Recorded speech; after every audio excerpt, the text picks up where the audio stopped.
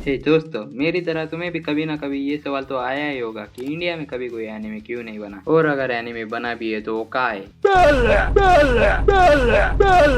अरे बस कर भाई। नहीं, मैं एआई वाले एनिमे की बात नहीं कर रहा हूँ, उसकी तो यूट्यूब पे लिस्ट भरी पड़ी है। मैं बात कर रहा हूँ बिल्कुल असली एनिमे की, जो पूरी तरीके से इंडिया में बना हो। खैर, इंडिया ने तो अब तक ऐसा कोई एनिमे बनाया नहीं है, लेकिन एनिमे ने इंडिया और इंडियन रेफरेंस जरूर बनाया है। और आज मैं तुम्हें वही एनिमे बताने वाला हूँ जिसमें इंडियन रेफरेंस यानी इंडियन कैरेक्टर, इंडियन वर्जन और इंडियन कल्चर को दिखाया गया है। और इसी से तुम्हें थोड़ा आइडिया तो आ जाएगा कि इंडिया को एनिमे में कैसे दिखाया जाता है। तो चलो शुरू करते हैं।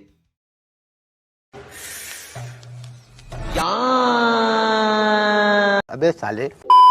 पहला इंडियन रेफरेंस जो हमें एनिमे सीरीज में देखने को मिलता है उसका नाम है गेमर। अभी इसका नाम सुन के ये मत समझना कि इसमें हमें राइट स्टार हेडशॉट मारता हुआ दिखेगा। दरअसल इसमें हमें 3 इडियट मूवी का फेमस और आइकॉनिक पोज देखने को मिलता है, जिसमें सीरीज के मेन कैरेक्टर इस पोज को कॉपी करते हुए दिखते हैं।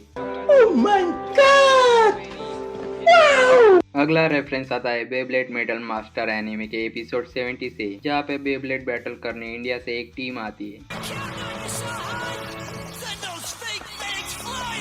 हाँ, वो बात अलग है कि वो बैटल हार जाते हैं क्योंकि एनिमे जापान का है और हम कर भी कह सकते हैं। Shit! उसके बाद the legendary anime dragon ball में भी हमें देखने को मिलता है, और वो है ये कैरेक्टर यमा, जो इंस्पायर्ड है यमराज जी से। जिस तरह यमराज डिसाइड करते हैं कि कौन मरने के बाद हेल में जाएगा या हेवन जाएगा, उसी तरह ड्रैगन बॉल में भी ये कैरेक्टर डिसाइड करता है कि कौन मरने के बाद हेल में जाएगा या हेवन में जाएगा। और फेयरी टेल नाम के इस एनिमे में एक फीमेल कैरेक्टर है जिसका नाम है इक्लेयर, जो हमेशा इंडियन साड़ी पहन के रखती है, विच इज वेरी नाइस।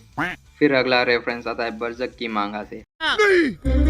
मैं नहीं मानता। हाँ, तुम सही सुन रहे हो। बर्ज़क जैसे ग्रेटेस्ट मांगा में भी इंडियन कैरेक्टर को दिखाया गया है। मुझे इसके बारे में ज्यादा तो नहीं पता, लेकिन मांगा में falcon of the millennium empire arc आती है, जिसका मेन विलेन एक इंडियन कैरेक्टर है। हम यहाँ क्वेश्चन एम्पायर को देखते हैं और इसमें कई सारे इंडियन रेफरेंस आते हैं एंड इस आर्क को काफी अच्छे से दिखाया गया है। हमें और एक इंडियन कैरेक्टर को दिखाया जाता है फेट स्टे नाइट एनिमे से। यहाँ करण नाम के इस कैरेक्टर को दिखाया जाता है जो काफी स्ट्रांग है, और शायद तुम्हें ये बताने की जरूरत नहीं है कि ये करण नाम का कैरेक्टर किससे इंस्पायर्ड है। और नरूटो को कैसे भूल सकते हैं, नरूटो में तो ऐसे कई सारे इंडियन रेफरेंस भरे पड़े, जैसे कि चक्रा वर्ड जो इंस्पायर्ड है संस्कृत के चक्र वर्ड से, और इनका काम भी सेम है। उसके बाद 5 नेचर चक्रा, चक्रा पाथवेज, इंद्रा और असुरा, ये सिर्फ नाम ही नहीं है बल्कि इनका मतलब है इंद्रा से इंद्रदेव और असुरा से असुर। एंड तुम एक बार ओरोचिमारू की थीम सॉन्ग को सुनो।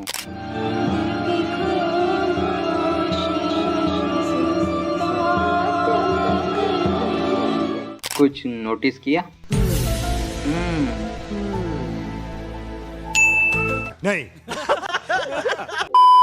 दरअसल इस सॉन्ग में हिंदी लिरिक्स यूज हुए हैं, और वो लिरिक्स इस तरीके से, दिल की खामोशियों से बात न कर। ये लिरिक्स फर्स्ट टाइम सुनने में तो बिल्कुल भी नोटिस नहीं होते, पर अब एक बार तुम फिर से सुनो।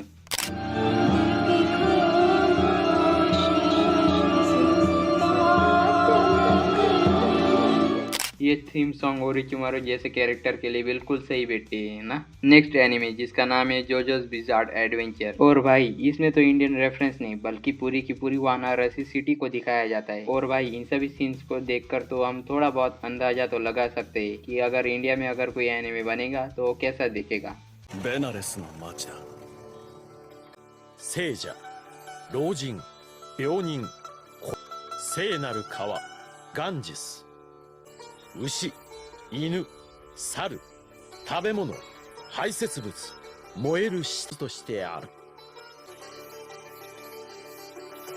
人は何ヶ月いても飽きないと言われるが。एंड क्या तुम्हें ये तलवार पता है? इसे उरुमे कहा जाता है। ये उरुमे तलवार इंडिया में ही बना है, और ये तलवार काफी ज्यादा फ्लेक्सिबल होती है। तो क्या तुम्हें इस तलवार को देखकर कुछ याद आ रहा है? नहीं। अबे साले। चलो मैं बताता हूँ। ये तलवार डीमन स्लेयर में हम सब की फेवरेट हाशिरा मित्सुरी यूज करती है, और मित्सुरी इस फ्लेक्सिबल तलवार का कितने अच्छे तरीके से यूज करती है ये तो हम सभी को पता ही है। पता है ना। उसके बाद फिर से हमें ड्रैगन बॉल में एक और कैरेक्टर को दिखाया जाता है जिसका नाम होता है नाम। ये वाला नाम। इसके कपड़े और आर्ट स्टाइल को देखकर पता चलता है कि ये इंडियन रेफरेंस है।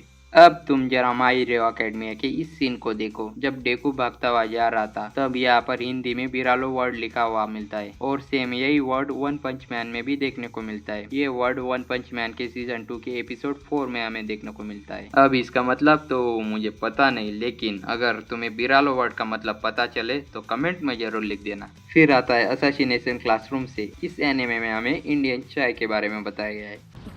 ご所望していたインドのチャイです。まあ、ありがとう、黒先生。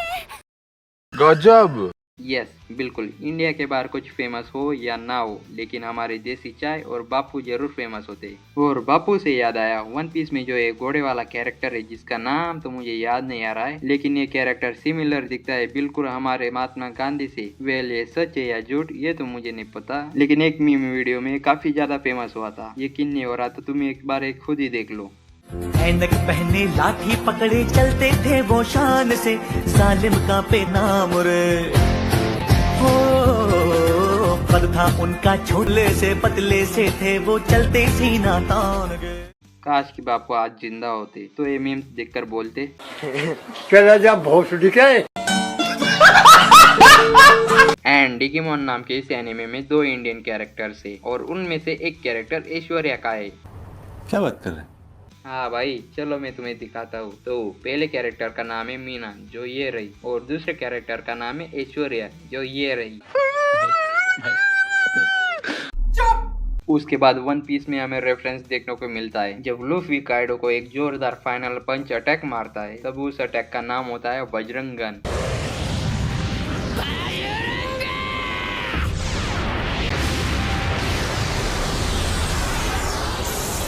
और बजरंग नाम कहाँ से लिया गया है ये तो हम सभी को पता ही है। नेक्स्ट फिर से वन पीस से रेफरेंस आता है और इस बार ये रेफरेंस जोरो ने दिया है, क्योंकि जोरो एक तरीके का अटैक करता है और उस अटैक का नाम होता है असुरा अटैक, और फिर से ये नाम लिया गया है असुर से। पर तुम ये देखो, वन पीस के 2 स्ट्रॉन्गेस्ट कैरेक्टर लूफी और जोरो के बेस्ट पावरफुल अटैक्स के नाम इंडियन रेफरेंस से आते हैं और वो भी पावरफुल नाम है। इसका मतलब दोनों भाई और दोनों तवाई। फिर अर्थ मिडियन अर्जुना एनिमे का मेन कैरेक्टर का नाम होता है जुना अरियोशी। ये कैरेक्टर काफी ज्यादा इंस्पायर्ड है अर्जुन से, और ये कैरेक्टर हमेशा अपने पास एक बो एंड एरो कैरी करता है। वैसे इसे धनुष्य या तीर कमान भी कहते हैं ना। ओके तो नेक्स्ट रेफरेंस आता है अटैक ऑन टाइटन से। इस रेफरेंस में एरन येगर इंडिया आया था। क्या बोला तूने? हाँ बिल्कुल, जब एरन अपने सभी टाइटन्स के साथ पूरी दुनिया को खत्म करने के लिए निकला था तब हमें ये सीन देखने को मिलता है जहाँ पे एरन पूरी दुनिया को खत्म करने के लिए आगे बढ़ता ही जा रहा है। बट वेट, मैं तो अभी भी वीडियो बना रहा हूँ और तुम भी ये वीडियो देख रहे हो, मतलब दुनिया अब तक खत्म नहीं हुई। और चाचा ने तो 26 में तो दुनिया खत्म है, 26 में तो दुनिया खत्म है, 26 में तो दुनिया खत्म है। इसका मतलब एरन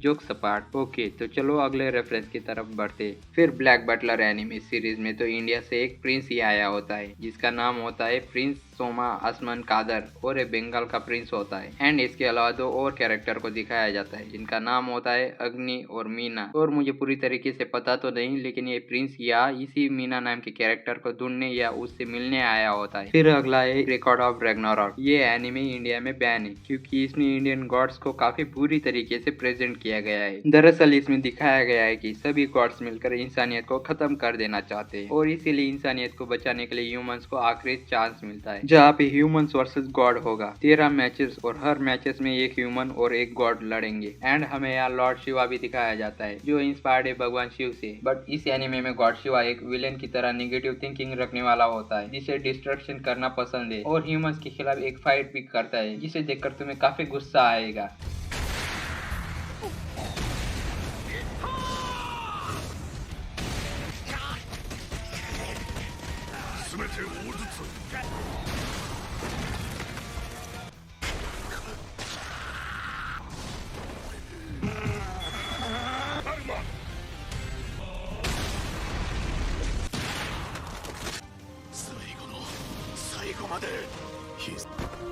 फिर the God of high school में जब एक लड़का लाइव स्ट्रीम कर रहा होता है तब उसकी लाइव स्ट्रीम में तुम क्लियरली देख सकते हो कुछ कमेंट हिंदी में होते, बट तुम कमेंट लिखने वालों के नाम देखो। पहले का नाम है पूजा शर्मा जो कि एक लड़की है और दूसरे का नाम है गुलाबी लॉलीपॉप। भाई साहब क्या नाम रखा है, मतलब इसके बारे में जो समझा है ना वही समझ सकता है। तू समझा? हाँ। नहीं, तू समझा नहीं। यानी तुम्हें समझ आया है तो समझ रहे हो? समझ रहे हो आप? समझ रहे हो ना? लाइक तो बनता है। ओके, अब हमने बहुत से मेन और साइड कैरेक्टर को देख लिया जो इंडियन है, लेकिन अब हम देखेंगे जासूस कैरेक्टर को। तो सूरितामा नाम के इस एनिमे सीरीज में हमें अकीरा नाम के इस लड़के को दिखाया जाता है जो ज्यादातर अकेला ही रहता है, पर यह लड़का डक नाम के एक ऑर्गेनाइजेशन का जासूस होता है। फिर इस एनिमे सीरीज में इस बार नए कोई इंडियन कैरेक्टर को दिखाया गया है और नए किसी चीज के बारे में हमें बताया गया है, बल्कि इस बार इंडियन स्पोर्ट गेम को दिखाया गया है। मैं बात कर रहा हूँ कबड्डी के बारे में, और इस एनिमे का नाम है शाकुनेत्सु कबड्डी, जो एक स्पोर्ट एनिमे है और इन नाम की तरह कबड्डी पे ही बेस है। तो बस आज की वीडियो में इतनी इंडियन रेफरेंस काफी है। वैसे मैंने पूरी वीडियो में टोटल 24 रेफरेंस बताए, और अगर तुम्हारे पास भी ऐसा कोई इंडियन रेफरेंस है जिसे मैंने इस वीडियो में कवर नहीं किया तो उसे तुम कमेंट में लिख दो, जिससे मेरे 24 रेफरेंस प्लस तुम्हारा एक रेफरेंस मिलाकर 25 इंडियन रेफरेंस इन एनिमे हो जाएंगे। एंड सब्सक्राइब जरूर कर लेना ऐसे ही मजेदार वीडियो देखने के लिए।